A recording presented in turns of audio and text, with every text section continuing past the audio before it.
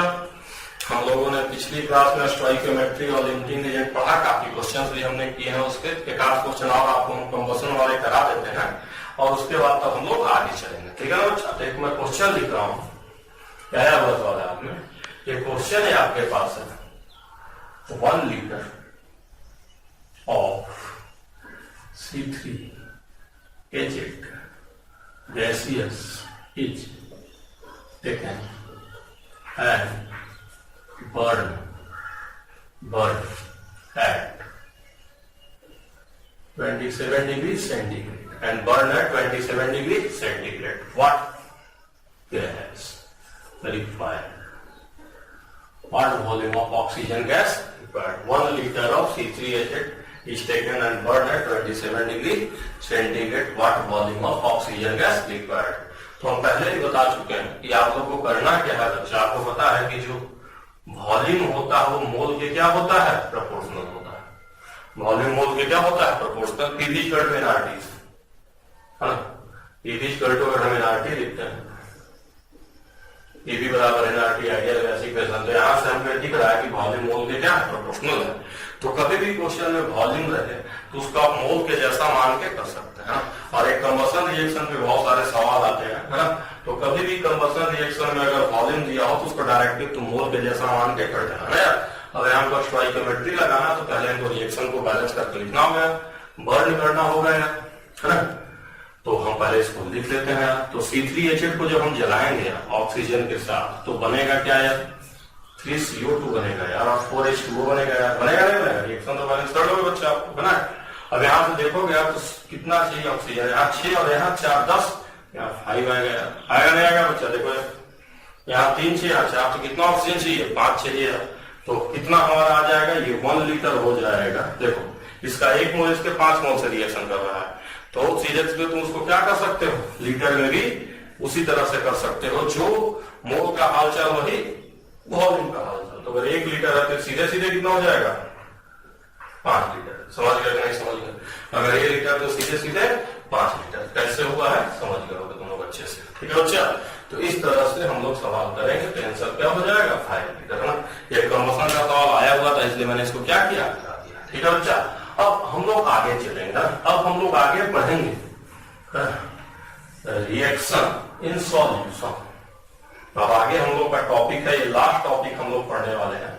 अब आगे हम लोग पढ़ेंगे रिएक्शन, जैसे टाइट्रेशन रिएक्शन है या बहुत सारा रिएक्शन है, उसको हम पानी में कराते हैं ना, एक से दूसरे लिक्विड को डालते हैं, वहां रिएक्शन होता है।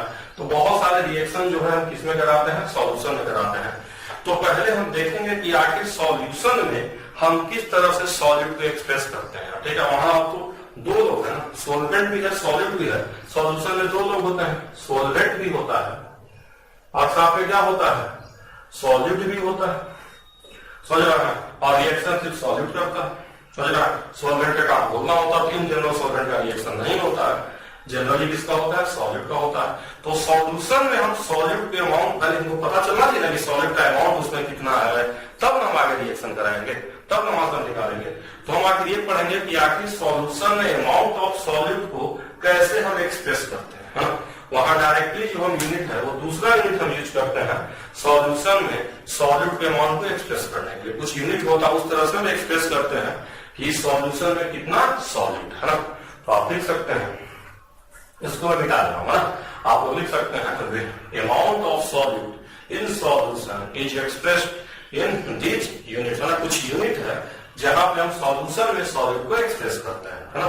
दूसरे तरीके से डायरेक्ट जो है, जैसे हम अभी तक पढ़ा है कि हम ग्राम में कर सकते हैं, वेट में कर सकते हैं, या वॉल्यूम में कर सकते हैं एनटीपी एसटीपी पे, या नंबर मोल में कर सकते हैं। लेकिन यहाँ नहीं रखा होगा, मतलब 2 मोल सॉल्यूशन बोलोगे तो उसमें सॉलिड कितना आपको कैसे पता चलेगा। या आपने बोल दिया 20 लीटर सॉल्यूशन है तो उसमें सॉलिड कितना आपको कैसे पता चलेगा, ठीक है। तो हम लोग दूसरे तरह का यूनिट पढ़ना होता है। तो हम ये पढ़ने जा रहे हैं कि amount of solid in solution is expressed in some type of unit and what are those units, है ना। तो हम लोग यहाँ लिख रहे हैं यहाँ पे, है ना, amount of solid present in solution expressed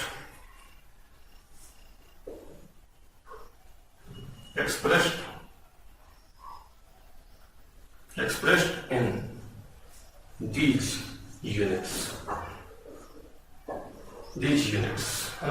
जो हमारा होता है amount of solid present in solutions को हम इस कुछ यूनिट है जिसको हम एक्सप्रेस करते हैं। हम बारी बारी से सबको पढ़ेंगे, है ना। तो पहले जो यूनिट है जिसको हम एक्सप्रेस करते हैं, पहला यूनिट जो हमारा है वो है percentage weight by weight. Percentage weight by weight, है ना। पूरा मैं इसको लिख देता हूं, percentage weight by percentage weight by weight, पहला ये है हमारा। दूसरा हम लोग का है, सेकंड हम लोग का परसेंटेज वेट बाय वॉल्यूम। तो मैं ऐसे कर देता हूं, परसेंटेज वेट और बटे में वॉल्यूम। पहले मैं सबको नाम दे देता हूं, फिर सब बारी बारी से हम लोग पढ़ेंगे। तीसरा हम लोग का है बच्चे मोल फ्रैक्शन, मोल फ्रैक्शन। चौथा हम लोगों का यही मैं लिख देता हूं, मोलारिटी, मोलारिटी। और पांचवा हम लोग का है मोलालिटी, मोलालिटी। जब आखिरी हम लोग पढ़ेंगे नॉर्मेलिटी, नॉर्मेलिटी, नॉर्मेलिटी। इस तरह से हम लोग एक्सप्रेस करते हैं और यही सब हम लोग क्या करेंगे यहाँ पे पढ़ेंगे, ठीक है ना बच्चा, कोई दिक्कत नहीं है, ठीक है। यही सब हम लोग इसमें पढ़ेंगे ना। तो बारी बारी से हम लोग इस तरह से हम अमाउंट ऑफ सॉलिड को सॉल्यूशन में एक्सप्रेस करते हैं और हम बारी बारी से पढ़ेंगे क्या क्या है ये सब यूनिट, है। तो सबसे पहले हम लोग पढ़ेंगे परसेंटेज वेट बाय वेट, है। तो ये आप लोग लिख चुके हैं, इसको मैं मिटा दे रहा हूँ और इस सब को भी मिटा दे रहा हूँ। बारी बारी से एक करके पढ़ेंगे सबको, ठीक है। सबको बारी बारी से हम पढ़ेंगे, ठीक है। सबके छोटे छोटे क्वेश्चन भी हम लोग करते चलेंगे, ठीक है ना। तो चलिए, जो परसेंटेज वेट बाय वेट होता है ना, ये होता क्या है? परसेंटेज वेट बाय वेट को हम कैसे एक्सप्रेस करते हैं, होता क्या बेसिकली, ये हमारा होता है weight of solute, weight of solute और बटे वेट ऑफ सॉल्यूशन। ऐसे तो आप कोई भी यूनिट ले सकते हैं, बट जनरली जो हम यूनिट लेते हैं वो ग्राम में लेते हैं। मैं फिर से कह रहा हूं ना, इनटू 100 जनरली हम ग्राम में लेते हैं। आप कोई और यूनिट भी ले सकते हैं, केजी भी ले सकते हैं, है ना, मिलीग्राम भी ले सकते हैं, क्योंकि दोनों सेम है। बट इन जनरल हम किस में लेते हैं? ग्राम में, जनरली, है ना। तो वेट ऑफ सॉल्यूट इन ग्राम और weight of solution in gram into 100, यही हमारा क्या होता है? परसेंटेज वेट बाय वेट होता है, ठीक है। तो एक छोटा सा सवाल हम लोग यहाँ कर लेते हैं, ठीक है। एक छोटा सा सवाल हम लोग यहाँ कर लेते हैं, फिर हम लोग आगे चलेंगे, ठीक है बच्चा। छोटा सा सवाल हम लोग कर लेते हैं, है। तो हम लिख लेते हैं ए solution contains, A solution contains 20 gram solute in 180 gram solvent. In 180 gram solvent, what is percentage weight by weight? हम आपसे जानना चाह रहे हैं what is percentage weight by weight, तो ध्यान में रखना। तो अभी पहले यहां देख लो, आपके पास सॉल्यूट है कितना, तो मैं इसको सोल्व कर रहा हूं फटाक से।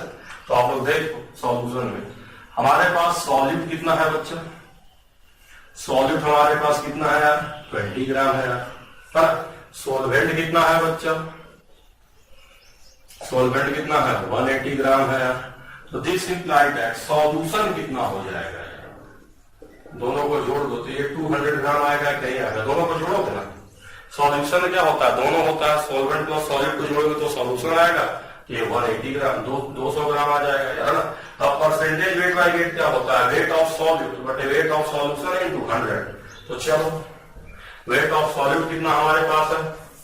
20 और सॉल्यूशन कितना है? देखो 200 है यार, इनटू 100 कर लो यार, ये कितना आ जाएगा बच्चा? जवाब बताइए 20%, ये 20% आ जाएगा ना।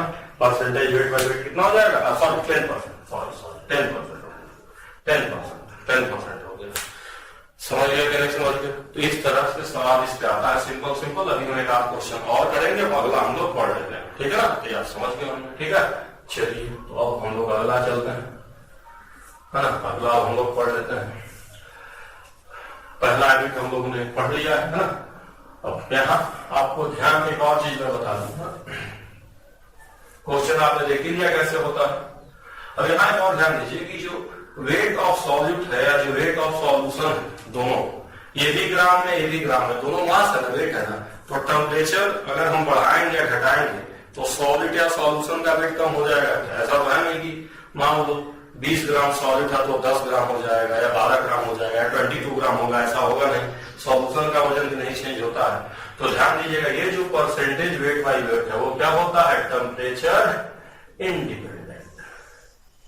इंडिपेंडेंट होता है। ये सवाल पूछता है अक्सर एग्जाम में, तो लेकिन आप ध्यान रखिएगा जो परसेंटेज वेट बाई वेट होता है वो टेम्परेचर इंडिपेंडेंट होता है, टेम्परेचर पर डिपेंड नहीं करता। तो लिखा इंडिपेंडेंट, ठीक है। टेम्परेचर एक टेम्परेचर है, टेम्परेचर इंडिपेंडेंट, टेम्परेचर पर डिपेंड नहीं करता है, ठीक है। तो चलिए अब अगला हम लोग पढ़ लेते हैं यहीं पे, है ना। Percentage weight by volume, percentage weight by volume.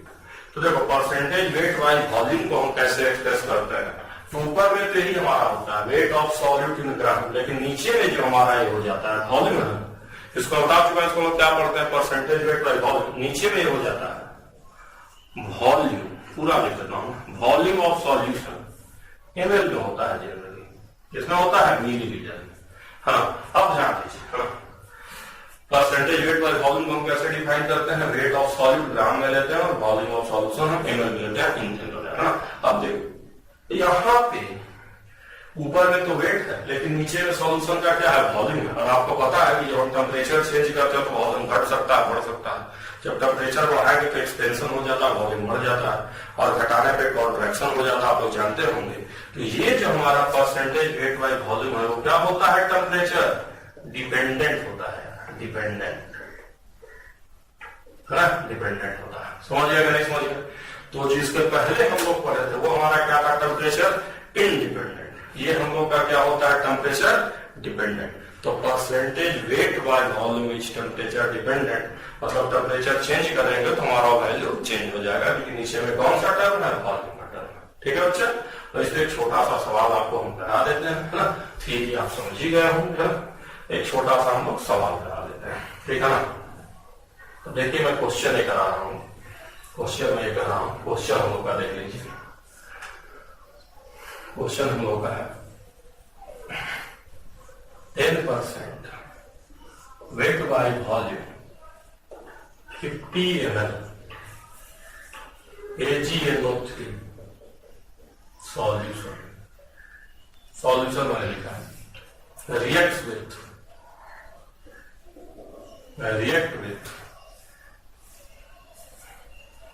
20% weight by volume, weight by volume 100 ml, ठीक है। KI solution, KI solution, find weight of AgI form, find weight of AgI form. तो देखो यार इस बार तुमको दो सॉल्यूशन का रिएक्शन तुम करा रहे हो, AgNO3 और KI का रिएक्शन करा के तुम क्या बना रहे हो, AgI बना रहे हो।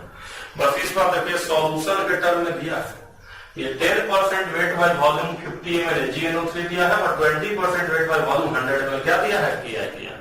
अब तुमको एग्जैक्ट वेट नहीं दिया, इसके पहले जब हम स्टोइकियोमेट्री में किए थे तो हमें पता था क्या भाई ये 20 ग्राम है या 20 लीटर है या 20 मोल है, डायरेक्ट हमें पता होता था, हम रिएक्शन कराते थे। बट यहाँ देखो ये सॉल्यूशन के टर्म में दिया हुआ, तो पहले हमें वेट ऑफ क्या निकालना होगा, सॉल्यूट निकालना होगा। तो आपको पता है अभी मैं बताया था कि जो परसेंटेज वेट बाय वॉल्यूम होता है, परसेंटेज वेट बाय वॉल्यूम क्या होता है, weight of solute, weight of solute होता है। और नीचे में क्या होता है, वॉल्यूम ऑफ सॉल्यूशन, बताया था भैया। तो वॉल्यूम ऑफ सॉल्यूशन कितना दिया था, 50 into 100। अच्छा सॉल्यूट है कौन, जवाब मुझे बताइए। तो AgNO3 ना हमारा सॉल्यूट है, AgNO3 तो उसी का सॉल्यूशन, ठीक है। तो ये 200 है, 100 लिखा है, एक 0 से 1 0 खा जाए, इसको इधर लाके मल्टीप्लाई कर लो, इधर से भी 1 0 से 1 0 खा जाए, ठीक है। तो हमारा this implies that weight of AgNO3 हमारा कितना आ जाएगा, सॉल्यूट AgNO3 कितना कर लो 5 ग्राम आ जाएगा यार, समझ गया नहीं समझ गया। उस तरह अगले वाले को कर लो यार। तो इस बार क्या दिया है जरा मुझे बताओ, 20% दिया है वेट वाइज वॉल्यूम, तो ये क्या हो जाएगा, वेट ऑफ KI हमारा सॉल्यूट है तो डायरेक्ट मैं KI लिख देता हूं, बटे में वॉल्यूम ऑफ सॉल्यूशन कितना दिया है बच्चा 100 दिया है, इंटू भी क्या हो जाएगा 100 हो जाएगा यार, तो 100 कट गया, तो यहां मैं लिख देता हूं this implies that weight of KI कितना हो जाएगा बताओ यार, ये 20 ग्राम हो जाएगा यार, 20 ग्राम हो जाएगा, समझ गया नहीं समझ गया। तो देखो ये सॉल्यूशन के टर्म में दिया था और अभी हम बता दें कि जब भी सॉल्यूशन में रिएक्शन होता है तो हम रेट ऑफ सॉलिड को निकालना पड़ता है। देखो हमने रेट ऑफ सॉलिड पहली बार में 5 ग्राम निकाला और दूसरी बार में 20 ग्राम निकाला। देखो यहाँ हम लोग का रिएक्शन किसका किसका हो रहा है, यहाँ लिख देता हूं, इसके बाद ऐसे मैं शुरू कर रहा हूं। AgNO3 का रिएक्शन KI से हो रहा है और बन क्या रहा है AgI और साथ में KNO3 का, इससे हमें मतलब है। अब ये देखो कितना हमारे पास है जवाब मुझे बताइए 5 ग्राम और ये कितना ग्राम बताइए 20 ग्राम। अब मैं बार बार बता चुका हूं कि जब भी हम रिएक्शन कराएंगे, देखो तो मैं लिख चुका हूं तो मैं इसको मिटा देता हूं है ना, अब मैं इस चीज को मिटा देता हूं ताकि आपको आसानी हो जाए। मैं बार बार आपको बताया हूं कि जब भी हम लोग रिएक्शन कराएंगे तो हमेशा पहले क्या निकालते हैं, मोल निकालते हैं, मोल बेसिस पे रिएक्शन होगा तो मोल कितना होगा बताइए, ये 5 हो जाएगा। Ag का मोलर मास आप लोग जानते हैं 143 होता है, Ag का 143 हो जाएगा। नाइट्रेट N का होता है 14 और यहाँ होता है 60 इंटू 3 तो 62 आ जाएगा, जोड़ लीजिएगा नहीं तो आता ही होगा आप लोगों को। हाँ इधर 20 है प्लस नहीं कॉमन, अब इसका मोल निकाल लेते हैं 20, इसका मोल निकालें इसका मोल निकाल लेते हैं 20। पोटेशियम का कितना होता है 39 और प्लस इसका कितना आयोडीन का होता है 127। क्लियरली आपको यहाँ से दिख रहा होगा कि ये कम है कि ज्यादा, तो ये 20 बट इतना है और ये 5 बट इतना है ना, तो क्लियरली तो दिख रहा है साफ साफ, हम निकालने की जरूरत ही नहीं है। ये हम लोग का क्या है limiting reagent, this is limiting reagent, कम है साफ साफ दिख रहा है। तो मैं बार बार कर चुका हूं कि रिएक्शन किस हिसाब से होता है, लिमिटिंग रिएजेंट के हिसाब से होता है। किस हिसाब से होता है, लिमिटिंग रिएजेंट के हिसाब से होता है। तो जितना मोल है उतना ही मोल हमारा क्या बन जाएगा, प्रोडक्ट बन जाएगा, इससे कोई मतलब नहीं है क्योंकि रिएक्शन हमेशा लिमिटिंग रिएजेंट के हिसाब से होता है।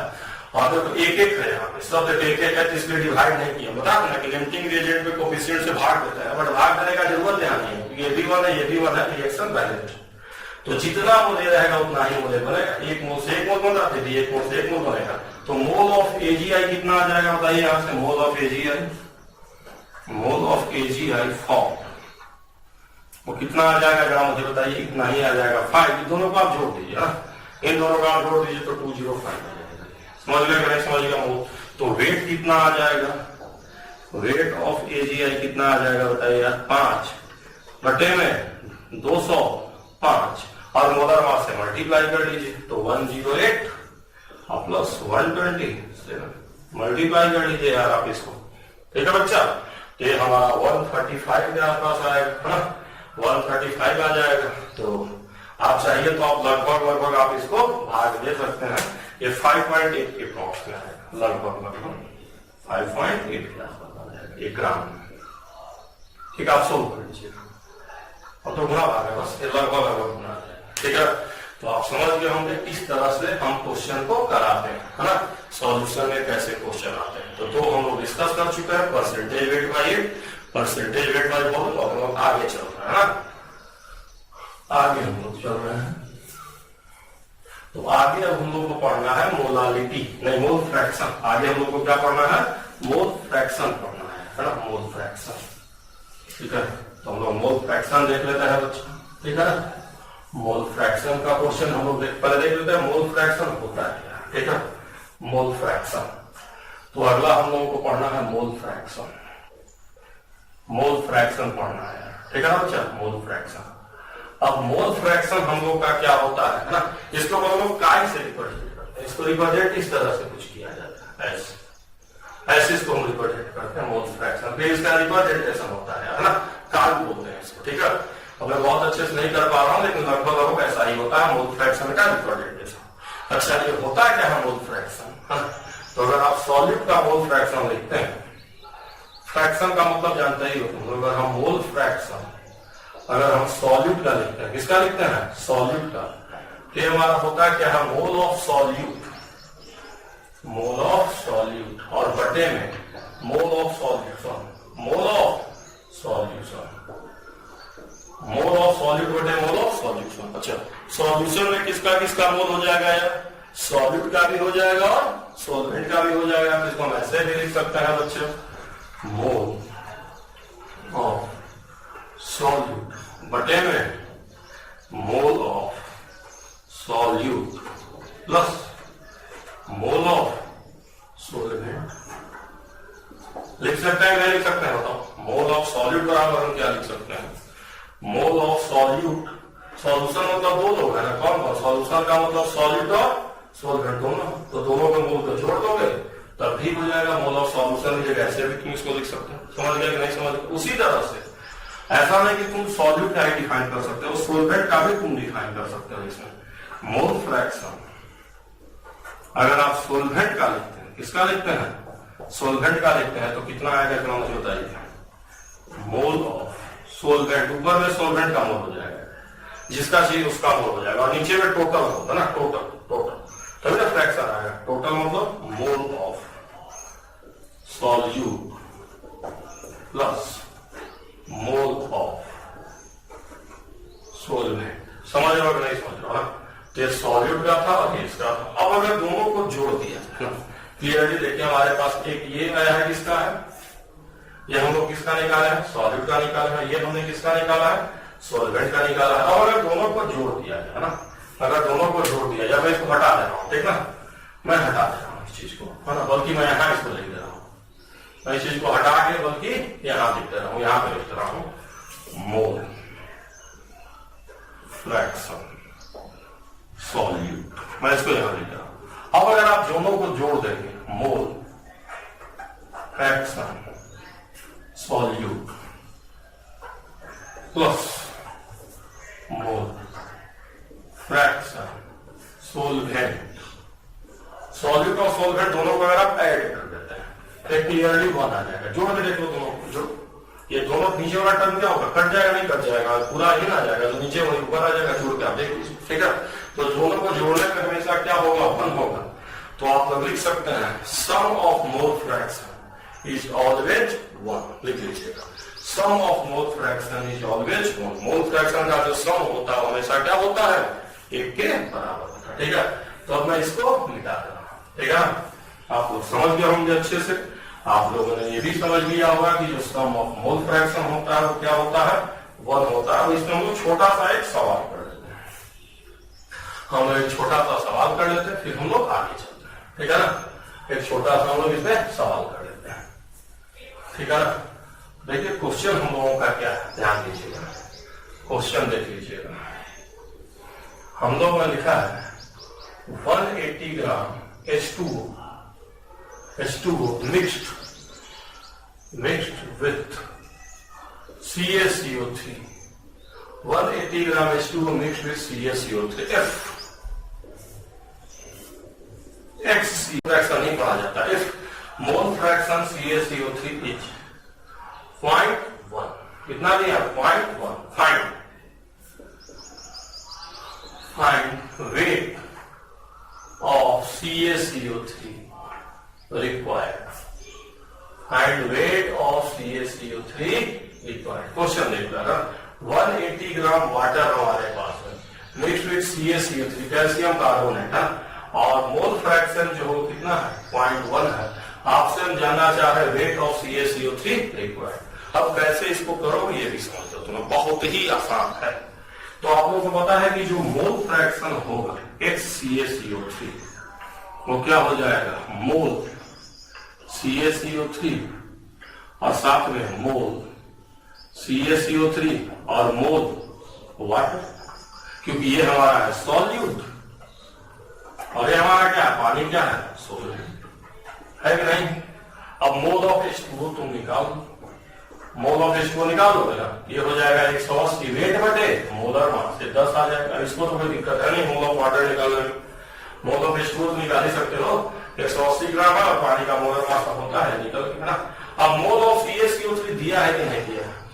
मोल ऑफ CaCO3 तो दिया ही नहीं, तो मोल ऑफ CaCO3 हम मान लेते हैं 0.2। क्या मान लेते हैं? वो x, let x। Mole of CaCO3 हमने मान लिया लेट x, लेट x, ठीक है, लेट x मान लीजिए, लेट x, ठीक है। तो चलिए क्या लिखेंगे? मोल फ्रैक्शन कितना दिया है? 0.1 दिया, इसको हम लिखेंगे x और x प्लस 10 लिखेंगे कि नहीं लिखेंगे बोलो, ठीक है ना। अब इसको थोड़ा सा सिंप्लीफाई हम लोग कर लेते हैं, थोड़ा सा क्या करते हैं? सिंप्लीफाई कर लेते हैं बच्चा। तो हमारा ये क्या हो जाएगा? 0.x या 0.1x कर लेते हैं इसको, प्लस 1 बराबर x कर लेते हैं, इसको इधर कर ले जाएगा, तो दिस इंप्लाइड दैट x बराबर कितना आ जाएगा? 9/10। अब हमें कैसे बता दे? तो इधर आएगा तो घटेगा, तो 9/10 आ जाएगा, सॉरी उल्टा कर दिया मैं, 10/9, सॉरी 10/9 आ जाएगा, है ना। निकालो, डिवाइड करो, कुछ नहीं, 10/9 आ जाएगा बच्चे, ठीक है, 10/9 आ गया। तो वेट नहीं निकाल लोगे, ये तो मोल है ना, तो मोल बराबर क्या होता है सबको पता है, वेट CaCO3 और बटे में molar mass, wait CaCO3, wait CaCO3 और मोलर मास कितना होता है? CaCO3 का 100 होता है, मल्टीप्लाई करके निकाल लेंगे कि नहीं निकाल लेंगे, समझ रहा। तो इस तरह का छोटा मोटा सवाल किस पे आता है? मोल फ्रैक्शन पे आता है, ठीक है बच्चा। अब हम लोग अगला चलेंगे मोलारिटी। कहाँ चलेंगे? मोलारिटी। अच्छा, ये टेम्परेचर पे डिपेंड करेगा कि नहीं करेगा? नहीं करेगा, क्यों? क्योंकि मोल को टेम्परेचर से कोई लेना देना नहीं है। मोल हमारा क्या होता है? नंबर या अमाउंट होता है। तो आप लिख सकते हैं मोल फ्रैक्शन टेम्परेचर इंडिपेंडेंट। क्या लिखिएगा? Temperature independent. ये भी टेम्परेचर पे डिपेंड नहीं करता है, ठीक है। तो सारे बच्चे समझ गए होंगे, बहुत ही सिंपल हम लोग का मोल फ्रैक्शन का हाल चाल था, ठीक है। अब अगला हम लोग चलेंगे, अगला यूनिट हम लोग पढ़ेंगे ना, अगला यूनिट हम लोग पढ़ लेते हैं, है ना। तो अगला यूनिट हम लोग का है, ध्यान दीजिएगा, मोलारिटी है। मोलारिटी, मोलारिटी इसको हम लोग कैपिटल एम से भी दिखाते हैं। मोलारिटी को हम लोग कैपिटल एम से दिखाते हैं, लेकिन मैंने क्या लिखा है? मोलारिटी, इसको हम लोग कैपिटल एम से दिखाते हैं। और जो मोलारिटी को हम डिफाइन करते हैं वो हमारा क्या होता है? Mole of solute, mole of solute होता है ये, mole of solute divided by volume of solution in volume of solution in mole of solute और divided by volume of solution in, मैं एक साथ लिख देता हूं, इन लीटर। ये बहुत इंपॉर्टेंट है, सबसे ज्यादा इंपॉर्टेंट यही है मोलारिटी। मोलारिटी वेरी इंपॉर्टेंट है। तो यूनिट यहां देखो, मोलारिटी का यूनिट क्या आ जाएगा बताओ? ऊपर में मोल है और नीचे में क्या है? लीटर है कि नहीं है? देखो, मोल पर लीटर आ जाएगा, नहीं आ जाएगा? मोल बटे में लीटर, तो ये हमारा यूनिट आ गया है मोलारिटी। टेम्परेचर पे डिपेंड करेगा कि नहीं करेगा? Yes, temperature dependent. टेम्परेचर पे क्या करेगा? डिपेंड करेगा, डिपेंडेंट। क्यों डिपेंडेंट? क्योंकि नीचे वॉल्यूम है और टेम्परेचर चेंज करेंगे तो वॉल्यूम आप लोग बढ़ेंगे, एक्सटेंशन, है ना। तो वॉल्यूम चेंज हो जाएगा तो मोलारिटी टेम्परेचर पे डिपेंड करेगा। तो आप ध्यान रखेंगे, इसका वेरी इंपॉर्टेंट है। तो हम लोग इसमें करते हैं कुछ क्वेश्चन, हम लोग कर लेते हैं इसमें, है ना, ताकि आपको मैं क्लियर करा दूंगा इसको ना। चलिए हम लोग क्वेश्चन कर लेते हैं। Find molarity, find molarity. पहला हम आपको दे रहे हैं, पहला हमारा है 49 ग्राम H2SO4 in 10 लीटर। दूसरा हम लोगों का है 6 × 10⁻20 molecules of CaCO3 in 100 ml, 100 millilitre, 100 ml। हाँ, एक तीसरा सवाल हम लोग ले लेते हैं, 3 सवाल हम लोग ले लेते हैं, है ना। 20% weight by volume, 20% weight by volume H2SO NaOH solution, 20% weight by volume NaOH solution. तो 3 सवाल, एक आध सवाल और अभी हम लोग इस पे कर बैठे। फिलहाल मैं 3 सवाल आपको बता दे रहा हूँ। पहला हम लोग का है 49 ग्राम H2SO4 in 10 लीटर। दूसरा है 10 की power 20 molecules of CaCO3 100 ml। तीसरा है 20% weight by volume NaOH solution. ठीक है बच्चा? तो चलो हम लोग पहला निकालते हैं ना। पहला मैं सोल्व करने जा रहा हूँ। तो मोलारिटी क्या होता है सबको पता है, मोल और बटे वॉल्यूम इन लीटर। अगला तो बताइए तुम लोग। अब सबसे पहले हमको 49 ग्राम H2SO4 है, तो मोल निकाल लोगे नहीं निकाल लोगे? तो मोल हमारा कितना आ जाएगा, मोल निकालते हैं ना। तो मोल हम लोग को पता है वेट और बटे में मोलर मास। H2SO4 का मोलर मास कितना आ जाएगा 98, कटा हुए तो ये 0.5 आ जाएगा बच्चा। कितना आ जाएगा 0.5 आ जाएगा, या आ जाएगा नहीं आ जाएगा? ठीक है, मोल आ गया। वॉल्यूम कितना दिया है बताइए, 10 लीटर दिया है कि नहीं दिया है वॉल्यूम। ठीक है, तो हम डायरेक्ट इसको सोल्व कर दे रहे हैं। पहले वाला मैं सोल्व कर दे रहा हूं। मोलारिटी पहले वाले का क्या आएगा, पहले वाले का मोलारिटी मोल हम निकाल चुके हैं 0.5 और वॉल्यूम दिया है 10 लीटर। तो हो जाएगा 5 × 10 की पावर -2, 5 × 10 की पावर -2। पहला वाला हो गया है। ठीक है, इसको अब मैं मिटा दे रहा हूँ बच्चा, इसको अब मैं मिटा दे रहा हूँ बच्चा। ठीक है ना, मोलारिटी हो गया हम लोगों का पहले वाले का है। अब हम लोग दूसरा चलते हैं। दूसरा, अब यहाँ देखो मोलिक्यूल्स दिया हुआ है, मोलिक्यूल्स ऑफ CaCO3। मोलारिटी के लिए तुमको चाहिए मोल, यहाँ भी मोल निकालो यार। मोल CaCO3 का कितना हो जाएगा बच्चा, 6 × 10 की पावर 20, और इसको भाग दोगे 6 × 10 की पावर 23 से भाग दोगे यार, तो 10 की पावर -3 आ जाएगा यार मोल। अच्छा, वॉल्यूम हमारा कितना आ जाएगा, वॉल्यूम हमारा है 100 ml, लेकिन मैं बार बार कर रहा हूं हम लोग लीटर में लेते हैं, तो बराबर इसको हम क्या कर सकते हैं 0.1 लीटर। अब ये तो मुझे नहीं लगा आपको बताने का जरूरत है कि 100 ml क्या होता है, 0.1 लीटर होता है। ठीक है, तो चलिए, तो ये हमारा मोल वॉल्यूम दोनों आ गया। तो यहाँ भी हम मोलारिटी दूसरे क्वेश्चन को जब सोल्व करके निकालेंगे तो मोलारिटी कितना आ जाएगा, 10 की पावर -3 बटे में 0.1, तो 10 की पावर -2 हो जाएगा। ये सारे बच्चे समझ गए होंगे अच्छे से। I don't think any problem to any student. ठीक है, अब इसको भी मैं मिटा दे रहा हूँ सारे बच्चों। अब तीसरा हम लोग को देखिए ये क्या दिया हुआ है, ये हम लोग का दिया है 20% weight by volume NaOH solution, खाली 20% वेट बाय वॉल्यूम। मैं अभी बता चुका हूं कि जो वेट बाय वॉल्यूम का मतलब होता है वेट ऑफ सॉलिड और बटे में वॉल्यूम ऑफ सॉलिड। तो अगर नहीं दिया है तो आप अपने मन से मान लीजिए ना, 20% को आप कर सकते हैं 20 ग्राम सॉल्यूट इन 100 ml सॉल्यूशन। कर सकता है नहीं कर सकते हैं, 20% है। परसेंटेज का नहीं, परसेंटेज का मतलब ऐसा 100 में होता है, 20% का मतलब 100 में 20। तो यहाँ भी क्या दिया है 20% वेट बाय वॉल्यूम, मतलब 20 ग्राम क्या हो गया सॉलिड का वॉल्यूम कितना हो गया 100 ml। निकाल के देख लो भाई, 20/100 × 100 आएगा नहीं आएगा। परसेंटेज का मतलब ये होता है वेट तो 20 ग्राम सॉलिड और वॉल्यूम तो 100 ml सॉल्यूशन में। ठीक है, ये इसका मतलब हो गया बेसिक यार। ठीक है, तो चलो बच्चा, अब हम लोग को करना क्या है, हम लोग को मोलारिटी निकालना है। तो पहले हम लोग मोल निकालेंगे ना, सॉलिड दिया है तो पहले यहाँ से मोल निकाल दो बच्चा। तो मोल कितना हो जाएगा 20, और सॉलिड है कौन, NaOH है। NaOH का मोलर मास जानते हो ना 40 होता है, तो ये कट के कितना आ जाएगा 0.1 मोल आ गया यार। अच्छा, ये हम लोग का वॉल्यूम निकाल लिया यार यहाँ से। हाँ, मैं बार बार कह रहा हूँ कि वॉल्यूम जो हम लोगों का होगा, जो वॉल्यूम होगा हम लोग इसमें लेते हैं लीटर में, तो वॉल्यूम इन लीटर हमारा कितना हो जाएगा, ये हम लोग का हो जाएगा 0.01। किसी बच्चे को कोई दिक्कत नहीं होनी चाहिए, वॉल्यूम इन लीटर कितना हो जाएगा 0.01 हो जाएगा ये।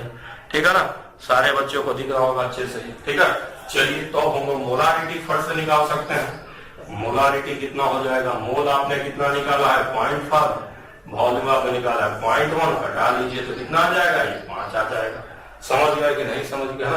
अब एक और मैं करा देता हूँ इसी में, फिर डायल्यूशन का इफेक्ट इसी में मैं आपको बता देता हूँ। ठीक है, क्योंकि क्वेश्चन आते हैं ऐसे, तो आप समझ गए होंगे किस तरह से हम लोग को मोलारिटी को सोल्व करना होता है। ठीक है, अब मैं इसको मिटा दे रहा हूँ क्वेश्चन। ठीक है, देख हम लोग डेंसिटी वाला क्वेश्चन कर लेते हैं क्योंकि हाईली इंपॉर्टेंट है। अभी जो मैं सवाल करा रहा हूं वो that is very very important.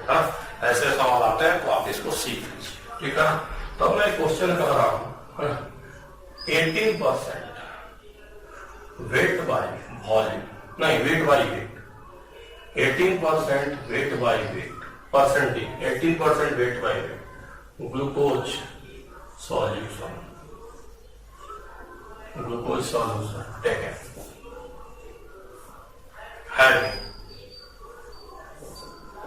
having weight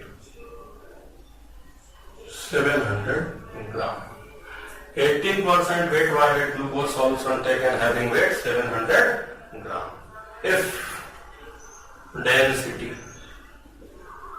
of solution, if density of solution is, if density of solution is 1.25 gram per milliliter, density of solution is 1.25 gram per milliliter, ठीक है। what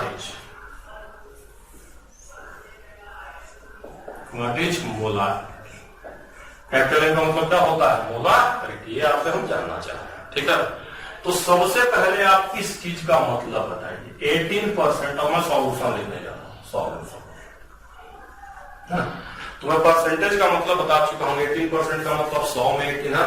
तो अगर 18% वेट बाय वेट दिया है, इसका मतलब ये हुआ यार है ना कि 18 ग्राम कौन हो गया? सॉल्यूट, 18 ग्राम सॉल्यूट। और बाय वेट है 18 ग्राम सॉल्यूट कितने में? 100 ग्राम है। तो 100 ग्राम को सॉल्यूशन, 100 ग्राम सॉल्यूशन, ये मतलब है। इसका मतलब है जरा मुझे बताइए 18% वेट बाय वेट। इसके पहले क्या था? Weight by volume. तो उसका मतलब था 20 ग्राम इन 100 ml, पिछले सवाल में 20 ग्राम इन 100 ml, लेकिन यहाँ बाय वेट है। 18% का मतलब 100 में 18, बाय वेट तो दोनों वेट में, एक 18 ग्राम और दूसरा 100 ग्राम, है ना, ये है।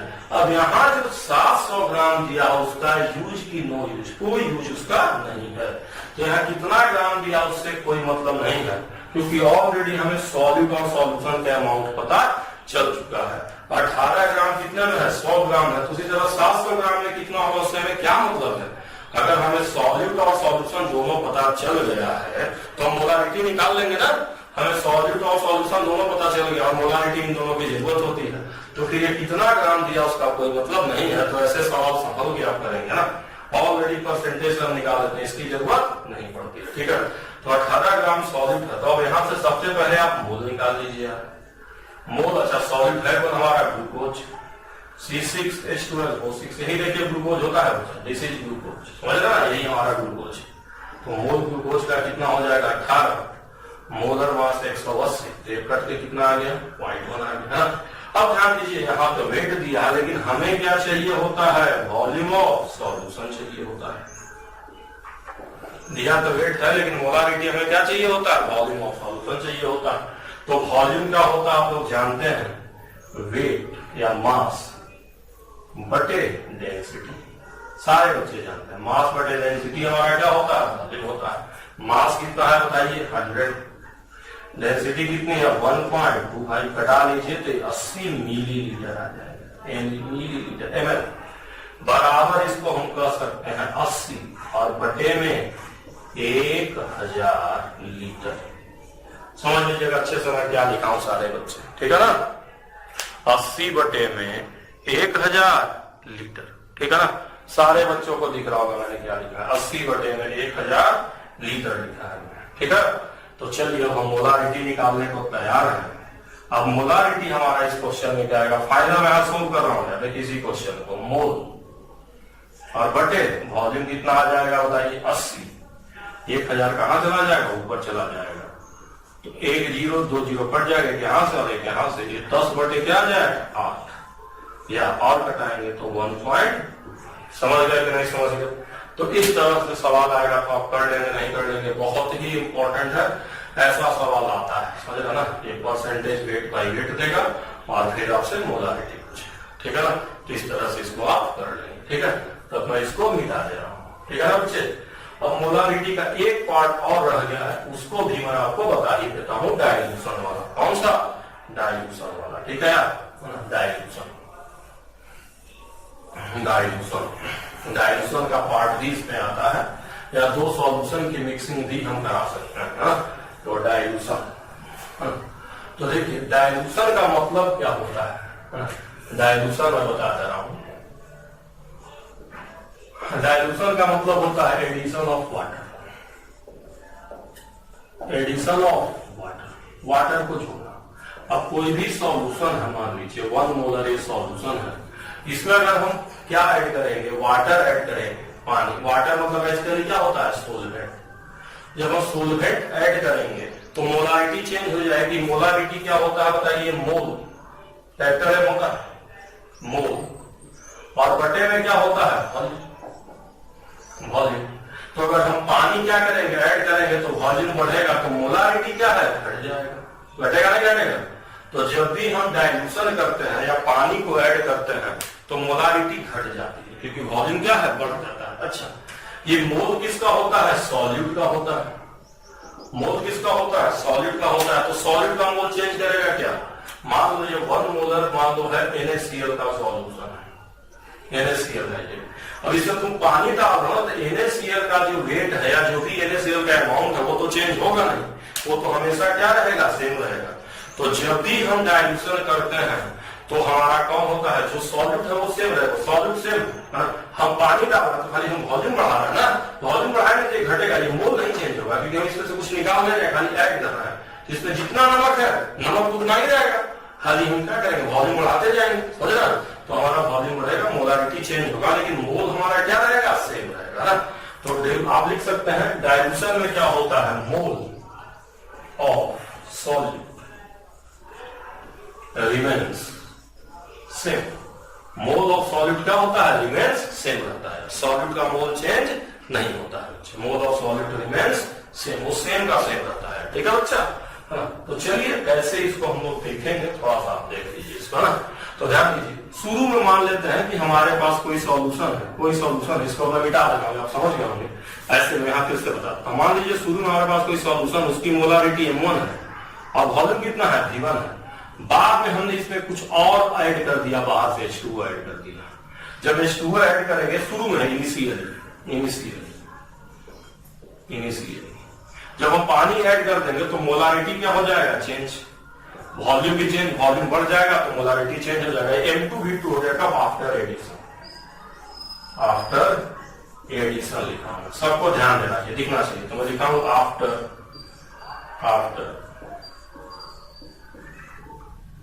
एडिशन लिखा हूं M2V2। ठीक है? अब आपको ये पता है कि मोल हमारा क्या होगा? सॉल्यूट का मोल हमारा क्या होता है? तो देखिए मोल क्या हो जाएगा? M into V होगा, नहीं होगा, लेकिन इन दोनों को जब मल्टीप्लाई कर लोगे तो मोल आ जाएगा, नहीं आ जाएगा? तो मोल ऑफ सॉल्यूट क्या हो जाएगा? बताओ, मोल। अच्छा लिख रहा हूं मोल of solute. Mole of solute क्या हो जाएगा बताइए? M1 V1 बराबर M1 V1 M1 V1। और साथ में ये क्या होगा? ये तो शुरू में होगा, और बाद में एडिशन के बाद क्या होगा? M2 V2। एडिशन के बाद होगा M2 V2। और मैं पहले बता चुका हूं कि मोल हमारा क्या रहता है? सेम, क्योंकि पानी डालेंगे तो NaCl तो चेंज करेगा नहीं, तो नहीं चेंज करेगा तो यहां से हमारा इक्वेशन क्या आ जाएगा? साफ साफ मोल हमारा सेम है, तो फाइनल इक्वेशन हमारा क्या आ जाएगा? आप बता सकते हैं M1 V1 बराबर M2 M1 V1 बराबर M2। समझ गए नहीं? समझ गए सारे बच्चे, है ना? तो ये हमारा इक्वेशन आएगा ड्यूरिंग डाइल्यूशन। समझ गए नहीं? कैसे आना आप समझ गए होगा। ये शुरू का मोल और ये बाद का, और दोनों मोल क्या है बताइए? सेम है। समझ रहे हैं? समझ रहे? दोनों मोल सेम। तो इस तरह से हम लोग करते हैं। तो आगे हम लोग इस पर कुछ क्वेश्चन देख चुके हो, तुम लोग कैसे होता है इस पर हम लोग सवाल कर लेते हैं। ठीक है ना? क्वेश्चन में लिख रहा हूं 1 molar H2SO4 volume 1 liter each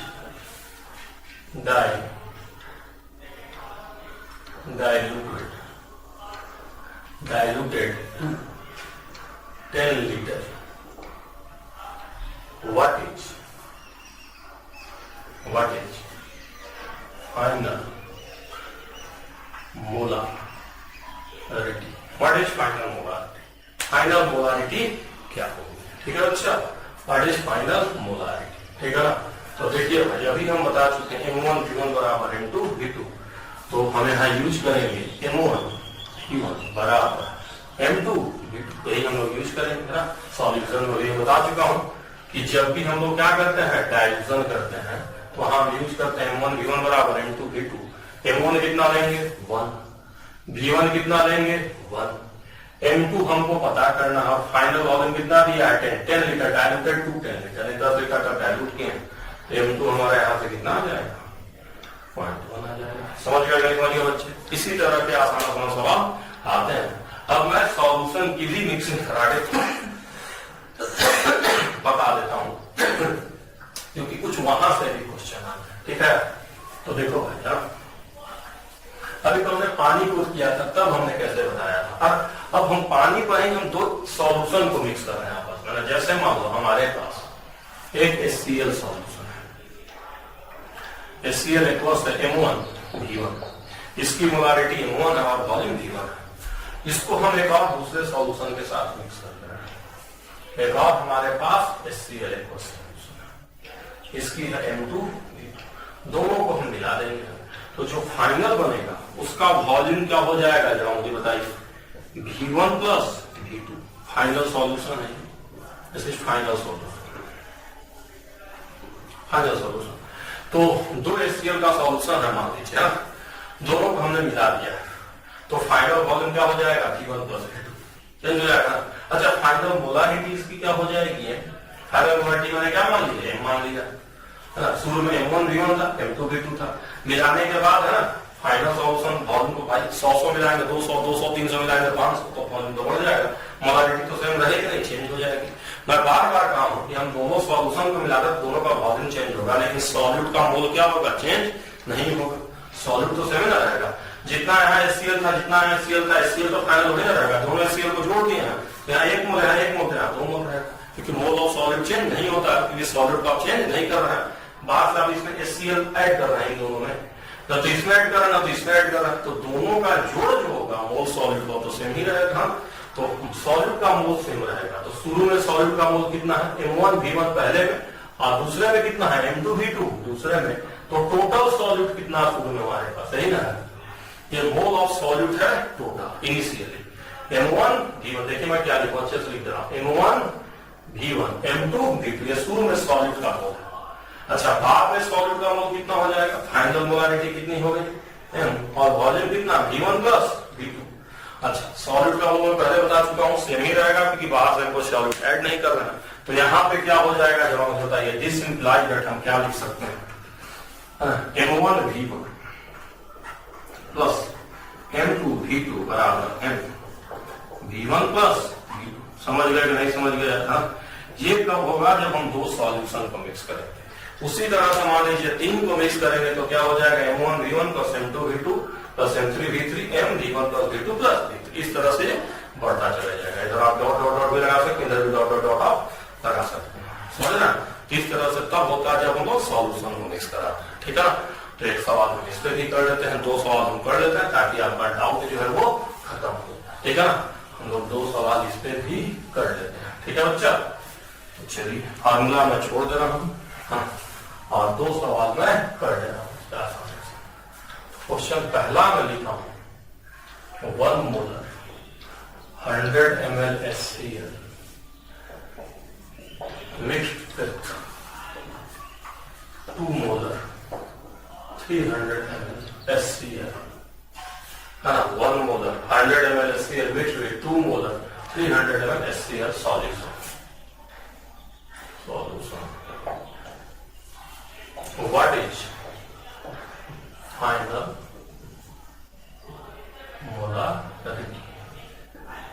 molarity? आपसे हम फाइनल मोलारिटी तो चलिए अब देखा जाए तो क्या आ जाएगा फाइनल मोलारिटी हम क्या यूज करेंगे M1 V1 plus M2 V2 M V1 plus V2 तो मैं डायरेक्ट यूज कर रहा हूँ पहले HCl का 1 into 100 ये M1 V1 पहले का आप चेंज मत कीजिएगा लीटर पे चेंज मत कीजिएगा इसलिए मत चेंज कीजिएगा कि दोनों साइड में ml है तो ml कट जाए M1 V1 पहले का हो गया यार ये प्लस M2 V2 दूसरे का यूज कर लो यार तो हो जाएगा 2 into 300 फाइनल मोलारिटी है मान लो और वॉल्यूम क्या हो जाएगा V1 प्लस V2 यार तो 100 और कितना मिलाया 300 100 300 कितना हो गया 400 तो तुम चाहो तो 0 0 कटा लो यार इधर इधर से है ना तो m बराबर हमारा क्या आ जाएगा ना 7/4 ये फाइनल आंसर आ गया समझ गए फाइनल मोलारिटी आ गई समझ गए इस तरह से होता है। अब एक और थोड़ा अच्छा सवाल कर लेते हैं यार इसी में से है इसको थोड़ा और अच्छे तरीके से बना लेते हैं और अच्छा कर लेते हैं तो यहां मैं लिख लेता हूं NaCl एक और बल्कि मैं कर लेता हूं 1 ml 100 ml NaCl mixed with 2 molar 300 ml Na2CO3 aqueous Na2CO3 aqueous fine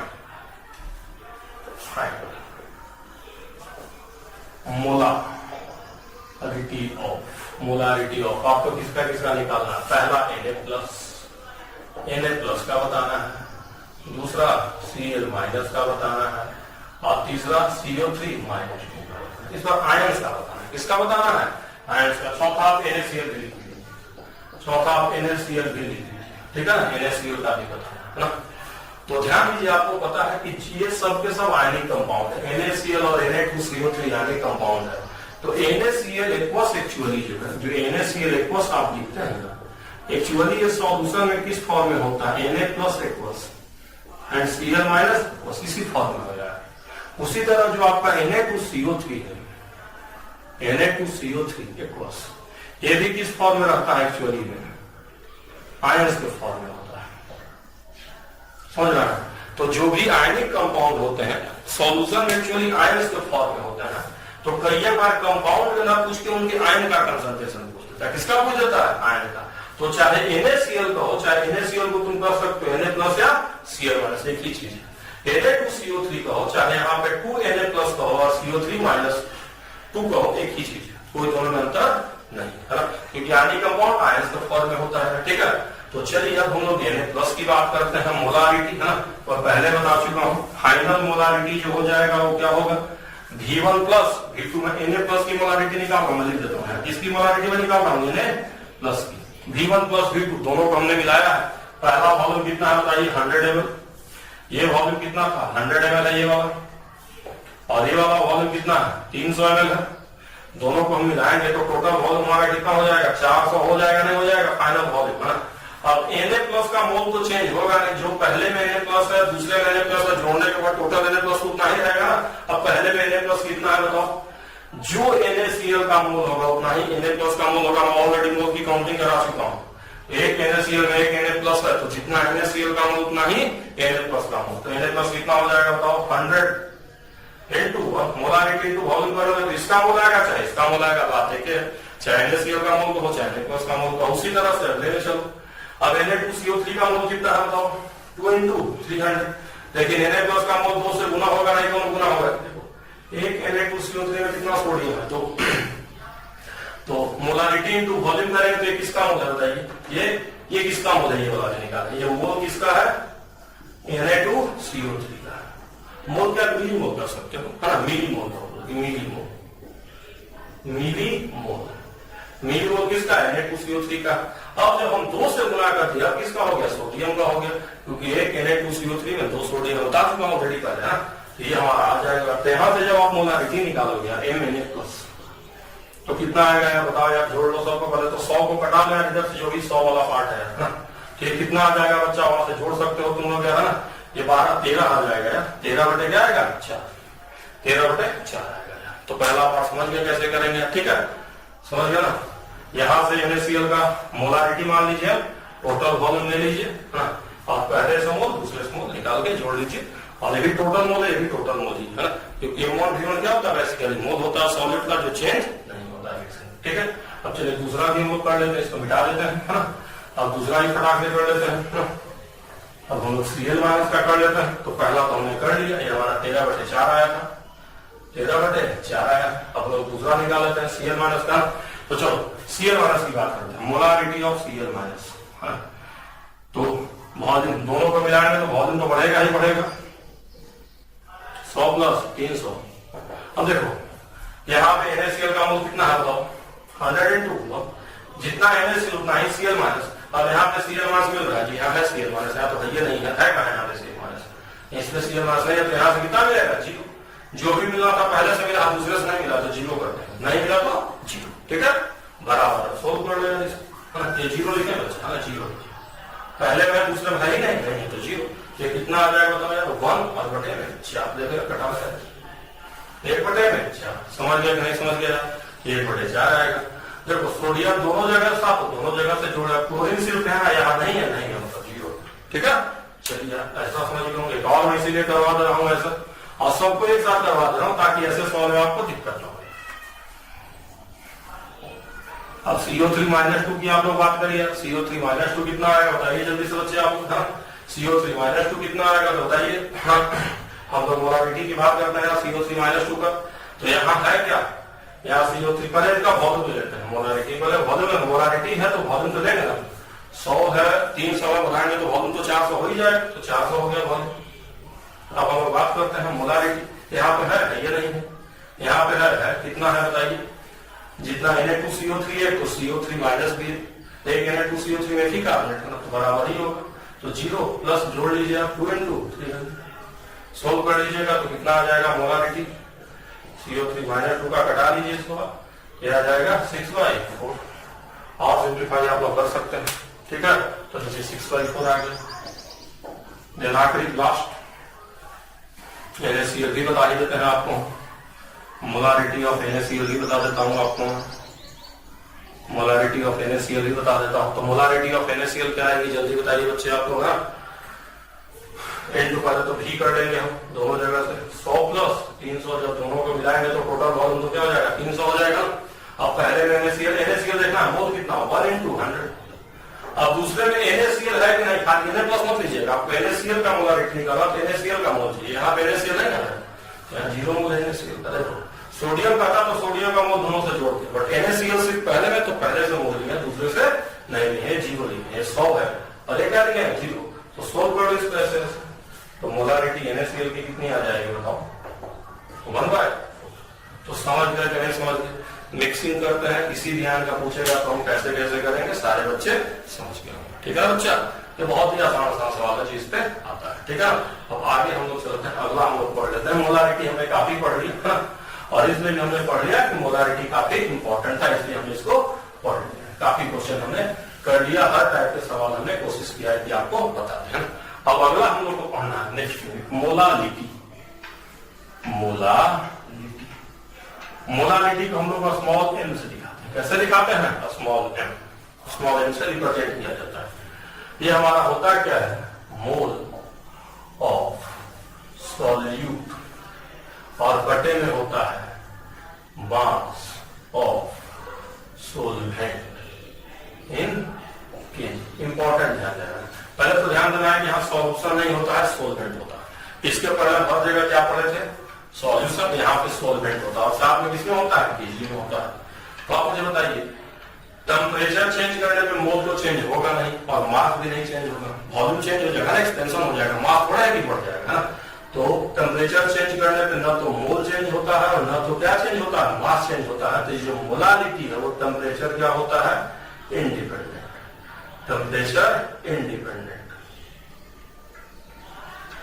इसको आप सब लोग ध्यान रखेंगे, टेम्परेचर पे डिपेंड नहीं करता, पूछा भी है, ठीक है। चलिए अब दूसरी बात, इसका यूनिट की बात कीजिए तो यूनिट क्या आ जाएगा बताइए, मोल पर केजी, यूनिट आ जाएगा मोल पर केजी, इसका यूनिट हो गया है ना। अब हम छोटा मोटा सवाल कर लेते हैं इसके बच्चे, कुछ क्वेश्चन कर लेते हैं। फाइंड मोलालिटी, फाइंड मोलालिटी, आसान सवाल, एक अच्छा सवाल कर लेंगे। तो पहला मैं दे रहा हूं 20 gram urea 1 in 100 gram solution, 100 gram solution in 100 gram solution.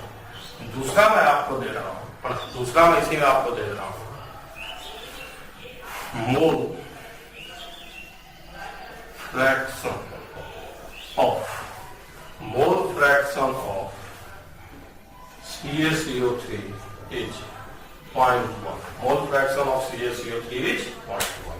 तो दो सवाल हमने आपको दिए हैं, तीसरा मैं लिख ही देता हूं।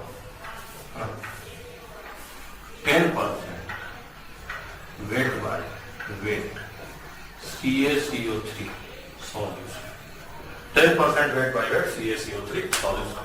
तीनों जगह आपको क्या निकालना है? मोलालिटी निकालना है, ठीक है। फिर हम लोग इस पे एक सवाल और करेंगे, मोलालिटी को हम लोग वेट कैसे निकालते हैं, है ना। एक सवाल इस पर हम लोग करेंगे। तो पहले मैं आसान सवाल आपको दिया हूं, मोलालिटी निकालने के लिए। तो मोलालिटी के लिए सबसे पहले में किसकी जरूरत पड़ेगी? मोल की जरूरत पड़ेगी, है ना। पहले हम मोल निकाल लेते हैं यूरिया। आपको पता है ना मोलालिटी के लिए मोल की जरूरत है, तो मोल यूरिया का क्या हो जाएगा? 20, और यूरिया का मोलर मास कितना होता है? 60। आपको पता होना चाहिए यूरिया का मोलर मास कितना होता है? 60। तो दिस इज कमिंग टू 0.3 लगभग। अब 100 ग्राम सॉल्यूशन है, तो सॉल्यूशन कितना ग्राम है बताइए? सॉल्यूशन 100 ग्राम है। तो सोलवेंट हमें चाहिए होता, तो सोलवेंट हमारा कितना हो जाएगा? सॉल्यूशन माइनस सॉल्यूट 80 ग्राम आएगा। ध्यान दीजिए, हमें सोलवेंट चाहिए होता है। क्या चाहिए होता है? सोलवेंट। और यहाँ दिया क्या है? सॉल्यूशन। तो सॉल्यूशन में से अगर हम किसको घटा देंगे? सॉलिड को घटाएंगे तो ना सोलवेंट है। ये सॉल्यूशन है, सॉल्यूशन है, और उसमें हमने किसको घटा दिया है? सॉलिड को घटा दिया, सॉलिड को हमने घटा दिया, तो हमारा क्या आ गया? सोलवेंट आ गया। समझ रहे हो सारे लोग? ठीक है। अब मोलालिटी आप निकाल सकते हो। मोलालिटी क्या होता है? मोल, और बटे में क्या होता है? सॉलिड। और 80 ग्राम को कितना केजी तुम लिख सकते हो? 80 बटे में 1000 केजी। हम लोग को केजी में चाहिए होता है, केजी में क्या हो जाएगा? 80, और 1000 है तो ऊपर जाके गुना हो जाएगा। बोल बच्चा, केजी में हम लोग को चाहिए होता है, तो केजी में कितना आएगा? अब तुम चाहो तो इसको मल्टीप्लाई करो, 1 0 से 1 0 घटा दो, 33, और बटे में 8 आ जाएगा। समझ गया क्या नहीं समझ गया? पहला वाला कैसे करेंगे? पहले मोल निकालेंगे, फिर सोलवेंट निकालेंगे, क्योंकि ध्यान दीजिए सोलवेंट होता है किसमें होता है? केजी में होता है। तो सारे बच्चे समझ गए होंगे कैसे करना है पहला वाला, ठीक है। तो पहला क्वेश्चन भी अब मैं मिटा देता हूं। अब हम लोग दूसरे क्वेश्चन पे चलते हैं, सेकंड क्वेश्चन पे चलते हैं। सेकंड क्वेश्चन, सेकंड हम लोगों का क्या है? Mole fraction of CaCO3 0.1, mole fraction. तो देखिए मोल फ्रैक्शन बराबर होता क्या है? पहले मैं इसको ऐसे लिख सकता हूं क्या? मोल फ्रैक्शन CaCO3 0.1 बराबर 1/10 या 1 + 1/9। इसको दिक्कत है क्या ऐसे लिखने में बताइए? मोल फ्रैक्शन 0.1 को 1/10 लिख सकते हैं, 1 + 9 लिख सकते हैं कि नहीं लिख सकते? इसलिए मैं कह रहा हूं कि मोल फ्रैक्शन से मोलालिटी डायरेक्ट आती है, ठीक है।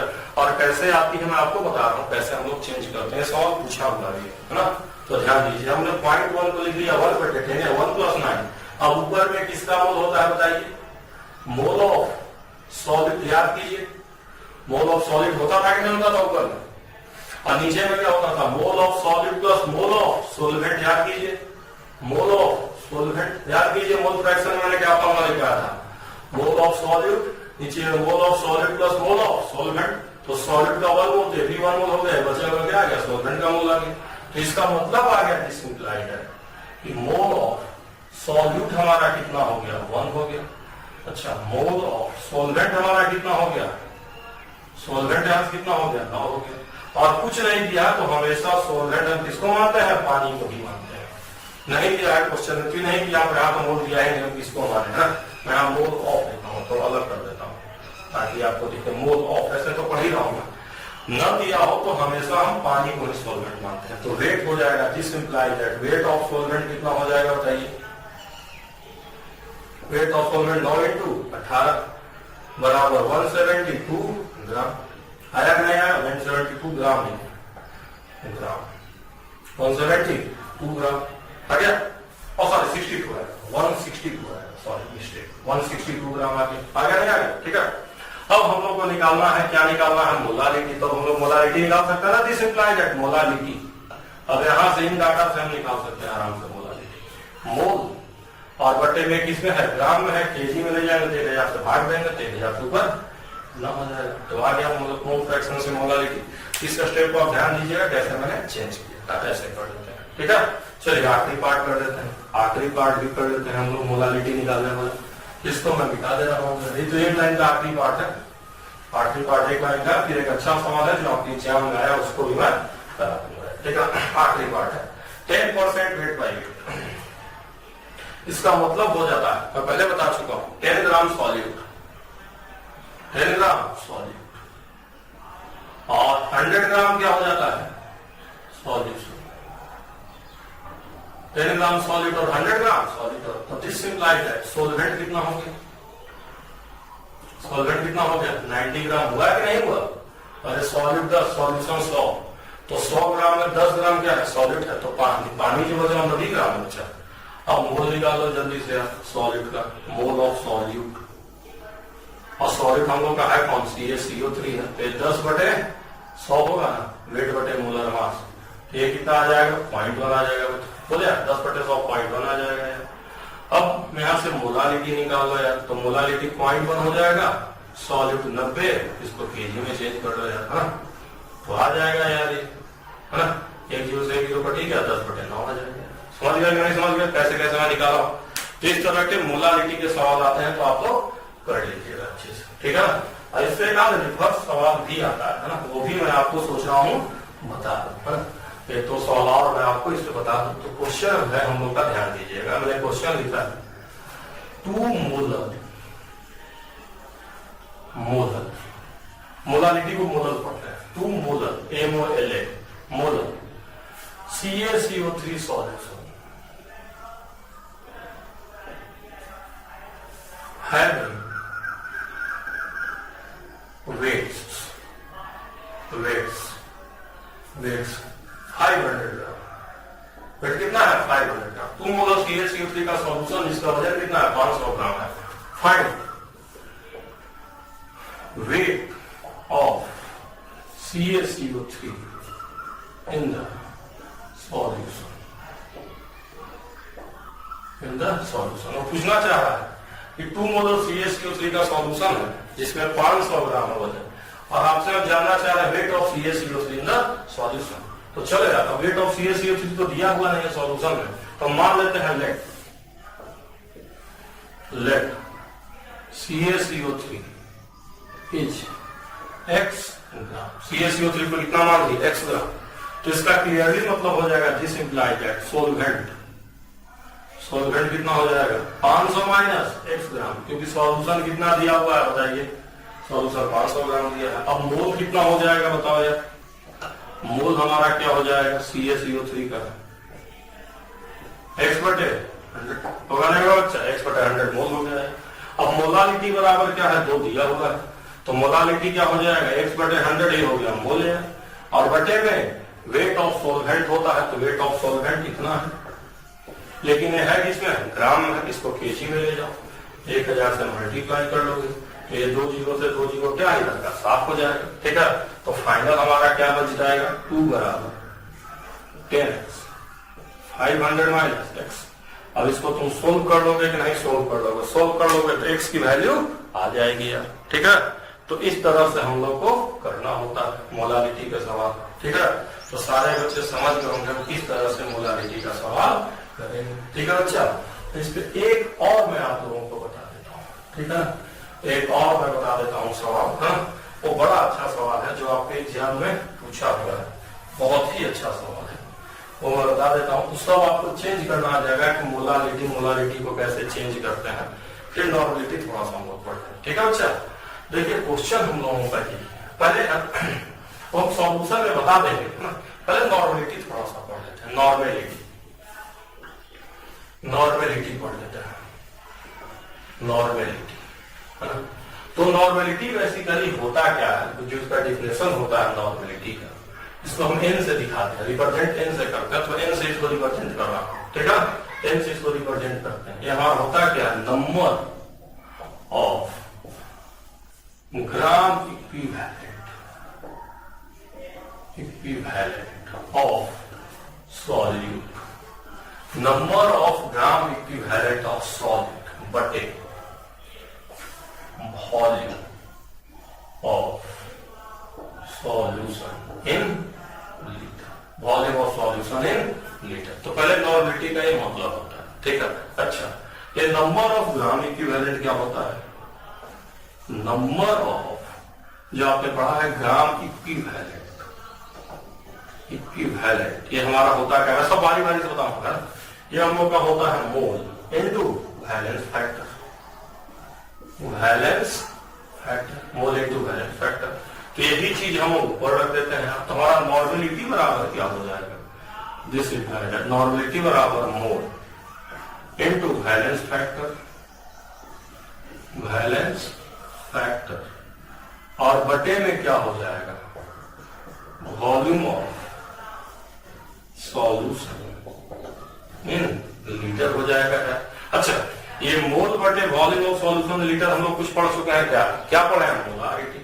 तो बराबर ये क्या हो जाएगा? Molarity into valence factor, molarity into valence factor. ये हम लोग का फाइनल नॉर्मलिटी का फार्मूला आ गया है। अब मैं इसीलिए कह रहा हूं कि ये सब आप ध्यान रखिएगा। एग्जाम में टिक लगाने का आ गया तो टिक लगा दीजिएगा कि नंबर ऑफ ग्राम इक्विवेलेंट बटे वॉल्यूम ऑफ सॉल्यूशन लीटर होता है, नंबर ऑफ ग्राम इक्विवेलेंट क्या होता है? मोल बटे वैलेंस फैक्टर होता है। लेकिन फाइनल जो इसको हम रिजोल्व करके लिखे हैं मोलारिटी इनटू वैलेंस फैक्टर, तो फाइनल आप इसी को याद रखिए, ठीक है, क्वेश्चन के लिए। बाकी सब तो है ही है ना। अब अगर यूनिट की कोई बात करें, इसकी यूनिट क्या होगी, तो क्या हो जाएगा? नंबर ऑफ इक्विवेलेंट, या ग्राम इक्विवेलेंट को हम इक्विवेलेंट भी कहते हैं, इक्विवेलेंट, है ना। या खाली कर सकते हैं इक्विवेलेंट और बटे में लीटर, जैसे मोल बटे लीटर होता है, यहाँ पे क्या हो जाएगा? इक्विवेलेंट बटे लीटर, है ना। यूनिट, यूनिट का करना जैसा होता है मोल बटे लीटर, तो हो जाएगा इक्विवेलेंट बटे litre. Number of gram equivalent बटे इक्विवेलेंट, ये इसका यूनिट हो जाएगा, ठीक है। अब बात ये होती है कि हाँ वैलेंस फैक्टर क्या होता है ना? तो वैलेंस फैक्टर का बड़ा ब्रॉड कॉन्सेप्ट है, वैलेंस फैक्टर का बड़ा broad concept, very broad concept. Valence factor बहुत ब्रॉड कॉन्सेप्ट है। वैलेंस फैक्टर ब्रॉड कॉन्सेप्ट है। ये बेसिकली है ना रिएक्टिंग प्रॉपर्टी होती है ना, रिएक्शन कैसे कैसे हो रहा है उसलिए इसको डिफाइन किया जाता है। तो मैं बहुत ज्यादा डिटेल में नहीं जा रहा हूँ, डॉक्टर में आपको बताया जाएगा। हम लोग थोड़ा सा हम लोग बात कर लेते हैं कि ये वैलेंस फैक्टर होता है एसिड्स के लिए ना, एसिड्स के लिए वो होता है, एसिड के लिए होता है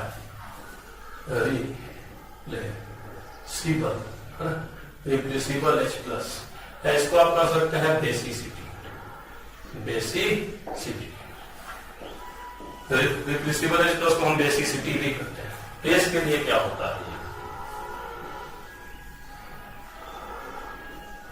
रिप्लेसिबल OH-, इसको हम लोग एसिडिटी भी कहते हैं, एसिडिटी भी कहते हैं। रिप्लेसिबल OH- कहिए चाहे एसिडिटी कहिए। और साल्ट के लिए क्या होता है? Total positive charge, total positive charge और total negative charge, total positive charge या टोटल नेगेटिव चार्ज, ये हमारा नॉर्मेलिटी होता है, ठीक है। बाकी बिल्कुल कोई अंतर नहीं है, जैसे मोलारिटी वैसे ही नॉर्मेलिटी। तो एक छोटा सवाल आपको मैं करा दे रहा हूँ, 2-3 छोटे छोटे नॉर्मेलिटी पे, ठीक है बच्चा। तो मैं इसको मिटा दे रहा हूँ, ठीक है। आप समझ गए ना क्या क्या होता है, ये हम लोग को ध्यान रखना है। छोटे मोटे सवाल मैं करा दे रहा हूँ, जैसे क्वेश्चन नॉर्मेलिटी। पहला है 1 मोलर HCl, दूसरा 0.1 मोलर H2SO4, तीसरा हम आपको दे रहे हैं 7.6 ग्राम, 7.4 ग्राम, 7.4 ग्राम COH पर टन 100 ग्राम। 3 छोटे छोटे सवाल मैं आपको दिया हूं, आपको नॉर्मेलिटी बताना है, ठीक है। तो पहली बार की नॉर्मेलिटी कितनी हो जाएगी बता चुका हूं। नॉर्मेलिटी बराबर मोलारिटी इनटू कौन सा? Valence factor. और वैलेंस फैक्टर क्या होता है? रिप्लेसिबल H+। अगर हम HCl की बात करें, नॉर्मेलिटी HCl की बात करें, तो मोलारिटी की कितनी दी? अरे कितना H+ को निकाल सकता है? तो एक ही H+ निकाल सकता है ना HCl। देखिए H+ निकाल सकता है तो N2 तो ये माना ठीक है। चलो H2SO4 की बात करते हैं, नॉर्मेलिटी ऑफ H2SO4 की बात करते हैं। तो ध्यान दो मोलारिटी कितनी है 1। अब ये कितना H+ को निकाल सकता है तो H2SO4 में कितने हाइड्रोजन है, दो H+ को निकाल सकता है आपके 2 हो जाएगा, 2 हो गया। अब तीसरा हमने आपको ग्राम में दिया है और साथ में क्या दिया है, एमएल में दिया है। तो पहले आप यहां से मोलारिटी निकाल लीजिए। क्या निकाल लीजिए, मोलारिटी। तो मैं डायरेक्ट निकाल रहा हूं मोलारिटी। मोलारिटी क्या होता है, मोल। तो मोल हो जाएगा वेट बटे मोलर मास और बटे में वॉल्यूम, और वॉल्यूम किसमें होता है, लीटर में होता है। एमएल में दिया तो लीटर में क्या होगा 0.1, कटा दें सीधे सीधे बना जाएगा। अब अगर यहां नॉर्मेलिटी की बात करोगे COH और ट्वाइस की, तो 1 into 2 यहाँ कितने OH माइनस बताओ, OH माइनस कितने हैं, 2 हैं कि नहीं। तो और बेस के लिए क्या होता है बैलेंसिंग फैक्टर, OH माइनस नहीं बताया था, OH माइनस, तो कितना OH माइनस उससे मल्टीप्लाई कर दो, तो कर लोगे कि नहीं कर दोगे। इस तरह से हम लोग करते हैं। तो एक छोटा सवाल है, बाकी सब कुछ सेम है। जैसे हम मोलारिटी को करते थे वैसे ही हम कैसे करेंगे, नॉर्मेलिटी को भी करेंगे। ठीक है ना बच्चा। तो एक छोटा सवाल और मैं आपको बता देता हूँ, है ना। तो देखिए मैं क्वेश्चन दे रहा हूँ, 100 ml 1 molar H2SO4 diluted to 500 ml. What is final normality, यानी जो फाइनल नॉर्मेलिटी पूछा है, ये डायल्यूटेड है। तो पहले आप क्या कर लीजिए, आप फाइनल मोलारिटी निकाल लीजिए। क्या निकाल लीजिए, फाइनल मोलारिटी। तो मोलारिटी आपको पता है हम कैसे निकालते हैं, M1 V1 बराबर M2 V2। तो हमारा हो जाएगा 100 into 1 M2 V2 कितना है 500। तो हमारी ये फाइनल मोलारिटी जो आ गई वो कितनी आ गई बताइए, 1/5। अब मैं अभी बता चुका हूं कि नॉर्मेलिटी जो हमारी होगी फाइनल N2, फाइनल नॉर्मेलिटी जो हमारी हो जाएगी वो मोलारिटी इनटू बैलेंसिंग फैक्टर। तो 1/5 N2 क्या, बैलेंसिंग फैक्टर H2SO4 में कितना है, कितने हैं, 2H+ है नहीं इसके पास, 2 है तो इनटू 2 से गुणा कर लीजिए तो 2/5। समझ गया कि नहीं समझ गया।